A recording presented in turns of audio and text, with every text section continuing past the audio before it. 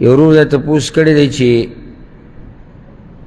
آیا یو کس له دا روا دي چې داسې ووایي چې زه په ځان باندې واده حراموم، یعنی په ما باندې واده کول دا حرام دی، یا د زنانو سره یا د زنانه په ما باندې حرام دی، داسې ووایي، نو دا خبره به د جایز وي او آیا دا به دینداري شمارلی کېږي؟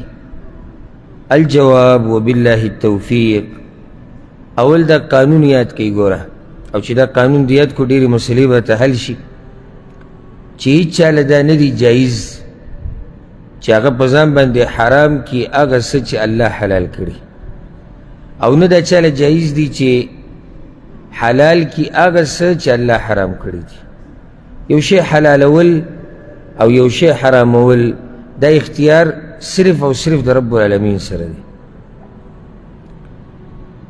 نو حلال رزق یا واده شو یا نور داسې شي نه شو چې هغه شریعت زموږ دپاره حلال کړي، رب العالمین حلال کړي، پیغمبر صلی الله علیه وسلم د هغې حلت بیان کړی، هغه ما او تا په ځان باندې شو حرامول.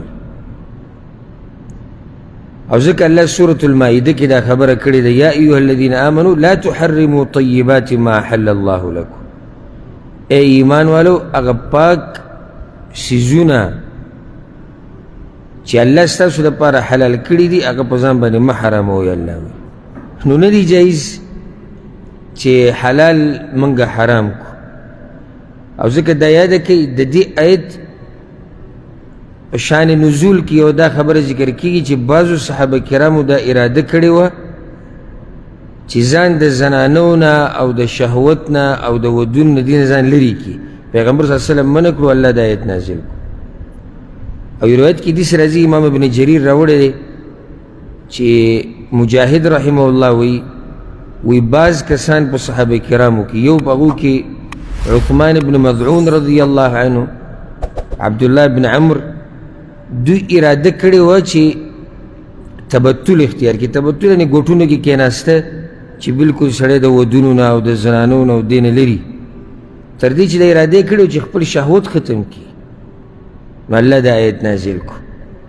او امام بخاری امام مسلم هم داسې یو روایت راوړی دی چې په کې عثمان بن مظعون رضی الله عنه باره کې دا راځي چې هغه دا اراده کړې وه چې دا خپل شهوت ختم کړي، او پیغمبر صلی الله علیه وسلم په هغه باندې رد وکړو. او داسې عبادت یعنې دې ته دینداري هم نه ویلی کېږي. او دا د تصوف والو مذهب دی او د صوفیان چې کوم دي، وایي موږ چې صرف د جوماتونو په ګوټونو کې کښېنو او موږ ودونه نه کوو، موږ دا نه کوو دغه نه کوو، داسې دینداري هم نه ده. ګوره دینداري دا ده چې د شهوت الله سبحانه وتعالی زموږ په دې بدن کې اچولی دی، نو دینداري دا ده چې ته د شهوت د شریعت په حدودو کې دننه استعمال کړي، دا دینداري ده. او بله دا چې کومه مزه او خون اغسته الله تعالی جایز کړي دي د هغې نه ځان منع نه کړي، دا دینداري ده. او په دې کې یو روایت، هغه مشهور روایت ته امام بخاري امام مسلم راوړی، انس بن مالک رضی الله عنه وایي چې 3 کسان د پیغمبر صلی الله علیه وسلم د بیبیانو کورونو ته راغلي وو.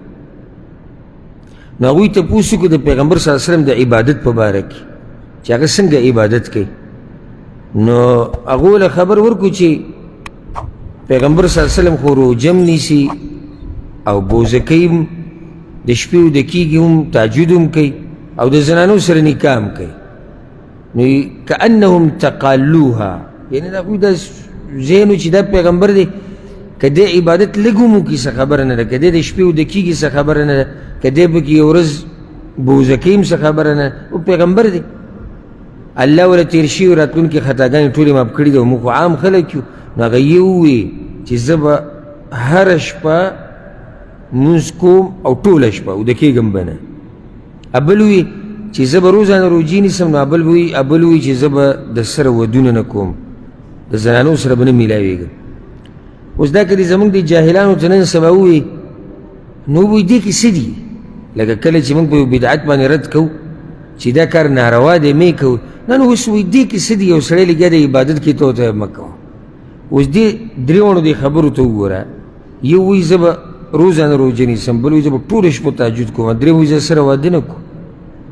کله چې پیغمبر صلی الله علیه وسلم ته بیبیانو خبر ورکو چې داسې کسان راغلي او دا خبرې وکړي، نو پیغمبر صلی الله علیه وسلم تقریر وکړو او په هغې کې دا وایي چې ما ته داسې خبره رسېدلی د بعضو مبارکې چې دا وایي، نو دا یاده کوي په الله مې دې قسمي چې په تاسو ټولو کې د الله نه زیات یېرېدونکی زه یم او په تاسو ټولو کې په ما کې چې تقوا ډېره ده او زه روژه م نیسم، زه بوزه کوم هم، و اصلي و ارقد، زه د شپې تهجد هم کوم، زه ویده کېږم هم، و اتزوج النساء، او زه د زنانو سره ګوره ودونه هم کومه. فمن رغب عن سنتي فلیس مني، څوک چې زما د لارې نه واوړېدو دی زما په امت کې نه دی. او دې نه دا واضح شوه چې نه دي جایز د چا دپاره چې په ځان باندې زنانه حرامې کړي او یا واده